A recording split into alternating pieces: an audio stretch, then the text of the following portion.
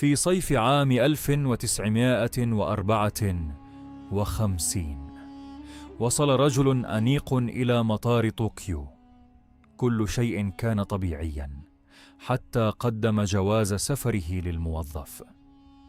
الجواز كان رسميا وحقيقيا، لكنه صادر من دولة لا وجود لها على الخريطة.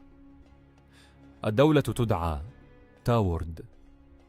عندما طلب منه الموظف تحديد مكانها، أشار بثقة إلى دولة أندورا بين فرنسا وإسبانيا، وقال بغضب: هذه بلدي وهي موجودة منذ آلاف السنين، لماذا تضعون اسما غريبا مكانها؟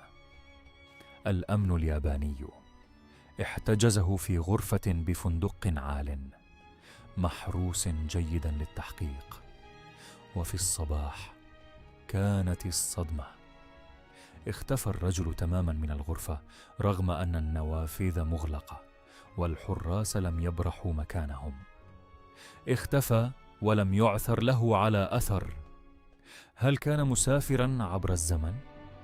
أم أنه جاء من كون موازن تكون فيه تاورد دولة حقيقية؟ بماذا تفسر أنت هذه الواقعة؟